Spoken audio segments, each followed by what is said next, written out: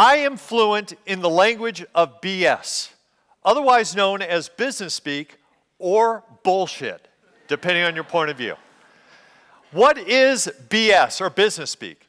Business speak is the language we use on the job and only on the job to describe and define things. For instance, at home I might say to my son, "It's time to go, are you ready?" While at work, I'm more likely to say to a colleague, "Is it scalable? You can give me a baseline ETA on departure? We need to leave ASAP," right? I was first introduced to the language of BS through my wife. She's a chief marketing officer for a global consulting firm, and one day a few years back at home, she was doing a conference call on speaker, and she started to use the language of BS. I had never heard this woman speak this language before. I was concerned she was a spy.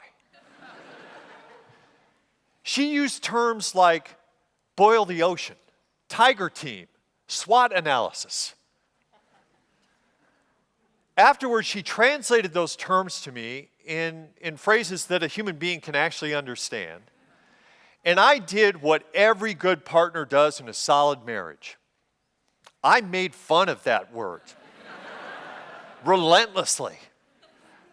I may not make as much money as my wife's colleagues. I certainly don't have the degrees they do, but I know a messed up thing when I hear it. And I devoted years of my life to compiling, researching, and then writing a BS dictionary. Yes, thank you. Thank you.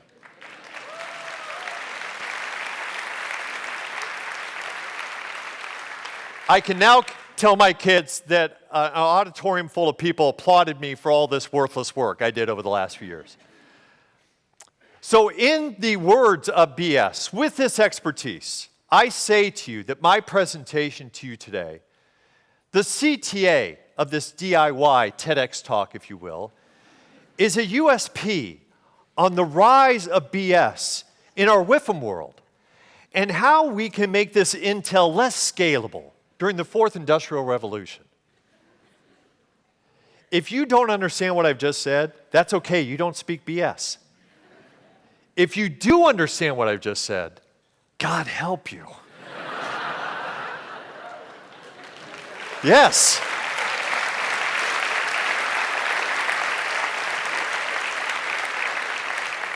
So let me give it another shot. I'll translate that in more common words. The call to action of my presentation to you is to make the point that business speak is on the rise in our globalized economy. But there are simple things we can all do in our day-to-day jobs with that language to take the bullshit out of BS. So what I present to you is 3 ways of how to take the BS out of business speak. First, you've been sitting for a while, so let me poll the room. I'm going to get your feet working here. I want you to stomp your feet, honestly, stomp your feet if you know what the BS term EBITDA means. Nice. Okay. Maybe got some CEOs, some accountants in the room. Never know. Okay, now stomp your feet if you know what earnings before interest, tax, depreciation, and amortization means. A little bit more. To be honest, I'm sure some of you with amortization were like, I don't know if I should stomp. Right? Okay, now stomp your feet if you know what income is before applying accounting and tax write-offs to it. It's a close call, but I'm going to make a judgment call here. The loudest stomping in this theater got to the last definition of the same thing. EBITDA is basically income before you apply accounting and tax write-offs to it. And notice that the most common language got the biggest agreement from this audience. But here's the problem with BS. It is not a common language. Business speak is the language of the elite. Not surprisingly, when my co-author and I, Tim Ito, researched about 300 business speak terms for this dictionary, one of the reoccurring themes is the people who created this language and speak it most fluently. A large majority of them are people who look like me, a bunch of white guys. I say that's not surprisingly because I want you to think of the first and second industrial revolution, when white guys like John D. Rockefeller and Andrew Carnegie ruled the business world.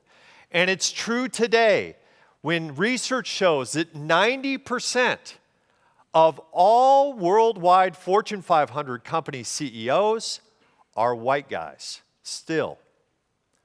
So here's a takeaway for you in the room. If you want to hang with today's white male tycoons, Bill Gates, Elon Musk, Jeff Bezos, Warren Buffett, it would benefit you to get very adept and able to speak BS. But there's a drawback to that approach. I have a friend, Emily, who works at a theater company in the United States. This theater company does corporate entertainment and keynote speeches for conferences. She started her job a few years ago and had her first big meeting to try to make a sale. It was with a big oil company in Dallas. And across the boardroom from her were 5 old white guys. And Emily noticed very early on that they did something very interesting with their language choices. They started to use BS words that they knew she didn't know. Now, why would they do that? 3 possible reasons. I talked to Emily. We've worked out some theories. 1, these guys didn't know any better. An economist, Robin Hogarth, had coined the term the curse of knowledge to describe this phenomenon. It may be simply that they're so expert at their language, they don't appreciate anymore what it's like to not know these things. And they just spoke off the top of their head. As a corporate consultant for public speaking, the companies that I work for, the reason I give them this advice is because of that phenomenon. I will tell them, if you have a lot of BS in your 4 walls, and it could be unique just to your company, or it's just general acronyms and things you use in the business world, and you have a new employee, maybe give them a directory of some of these terms. So instead of walking into a meeting and smiling and nodding and then frantically Googling afterwards, what the hell does EBITDA mean, that they'll know. Second reason why these 5 oil executives possibly handled Emily this way. They wanted to parse out from her how much they knew, how much she knew about the business. Instead of asking her directly, excuse me, Emily, can you tell me how much experience you have in our industry and let's go from there? They used BS as a way to keep Emily and them apart rather than bring them together. Third possible reason these oil executives handled it that way, they were just jerks. And Emily thinks that's the answer. Because shortly after her initial conversation, she brought in a more senior male colleague. Lo and behold, the 5 oil executives warm up, they cut out the BS, and a deal is struck shortly thereafter. So that's something for us to think about as our first takeaway of how to take the BS out of business speak. Use BS to be inclusive and not exclusive. In other words, don't be a jerk. If you can explain something in common language, that's a victory.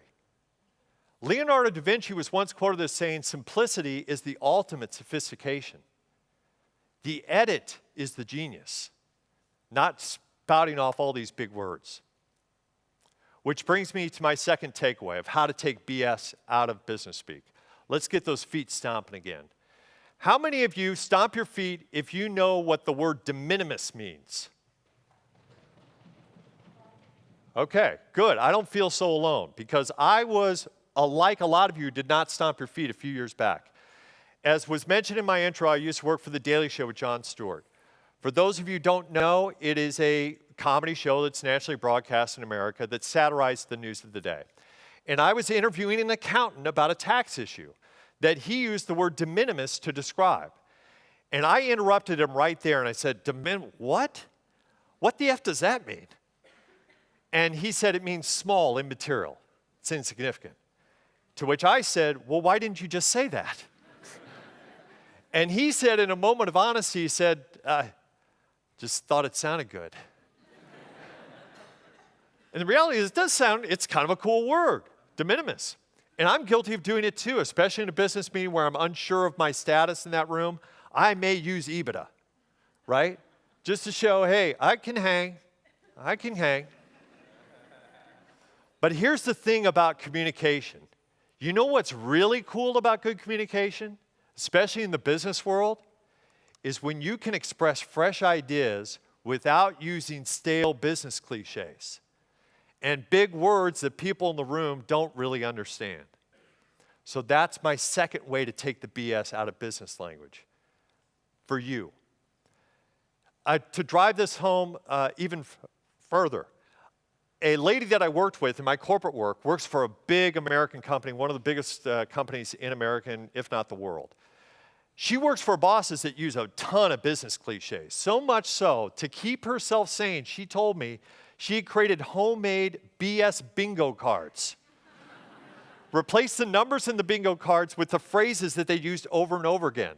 So when they turned up the BS in a conference call, she tuned out and tried to play bingo. B, think outside the box. I, change agent. N, paradigm shift, right? So these are things for us to think about.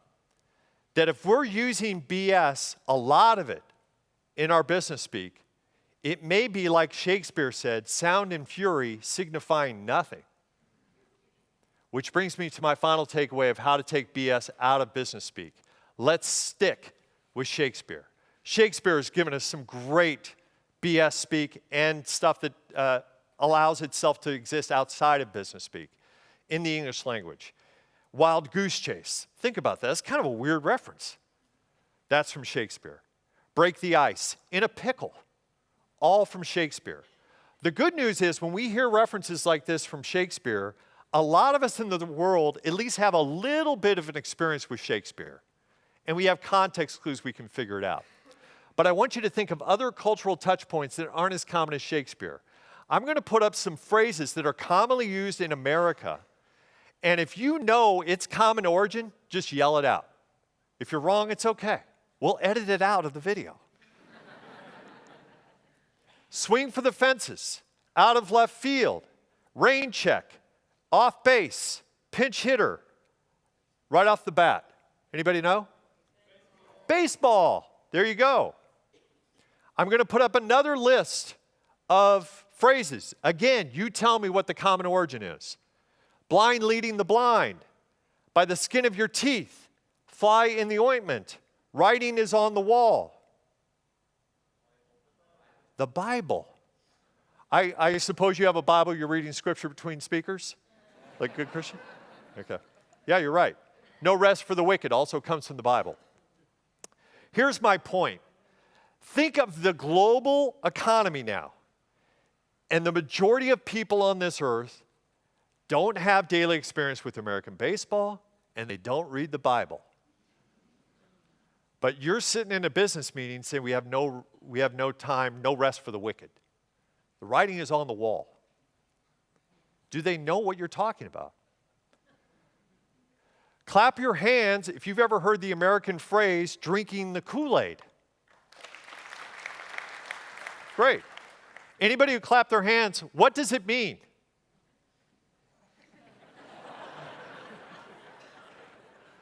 It's it. What's that? We'll get there. We'll get there. You've read my script. You know where I'm going. What does drinking the Kool-Aid, what does that mean? Succumbing to peer pressure. It's kind of in there. It's accepting something without question. Just sort of like I did with you guys of saying stomp your feet.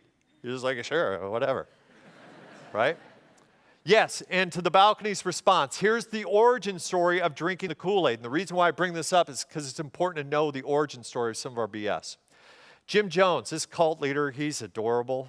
1978, he has a great idea. All of his hundreds of followers, he's going to give them a delicious drink. That's wonderful of Jim Jones to do.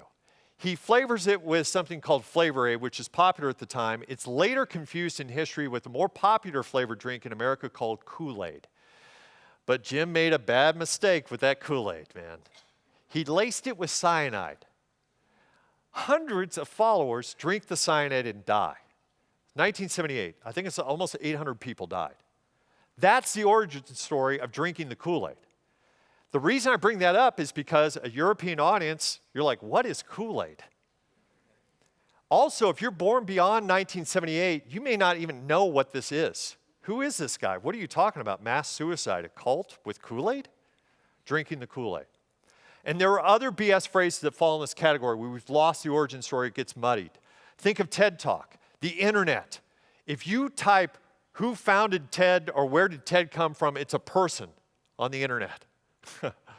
It's technology, entertainment, and design. That's what TED Talk stands for. Think of the BS phrase piggyback. You ever seen two pigs with one pig on its back? I mean, outside of a sexual act? I haven't either. Here's why. Because the origin story of this phrase is actually pick back or pick pack. But it was so commonly misstated as piggyback that mispronunciation was adopted. And now it means piggyback. And pigs are like, what the hell are you talking about? And there are lots more like this. Because we're up against lunch, I won't bore you with an origin story. It's a true one. It's horrible about the BS phrase blowing smoke up your ass, for example. But I won't go there. Here's the takeaway out of all of this, is that BS terms can get lost in translation. And I want you to think of some of your own cultural BS that we use around the world. For example, in America, if a company is without money, you might say it's broke. In Italy, you would say it's in the green. In Spain, you would say it's without white, right? In America, if you're doing a very easy task, you might say it was a piece of cake. In New Zealand, you say, Bob's your uncle, right? If you have a very hard task that will never happen, in America, you would probably say, oh, it'll happen when pigs fly. In the Netherlands, a Dutch worker would say when the calves dance on the ice. And in Russia, they would say when a crayfish whistles from the mountaintop. Means the same thing. In Japan, if you are doing a work task and you need help, you're desperate for anybody, you may say, I'll adopt cat paws. In America, if you are given a task that is one day over a long-term project and man, you're just getting started, you may say that it's a drop in the bucket. In China, they have the same idea communicated through the phrase of 9 cows and only 1 cow thread. So those are examples of cultural differences with BS. And I'd be remiss to leave you for lunch without calling out some of the regional fondness for food in your BS, in the German language.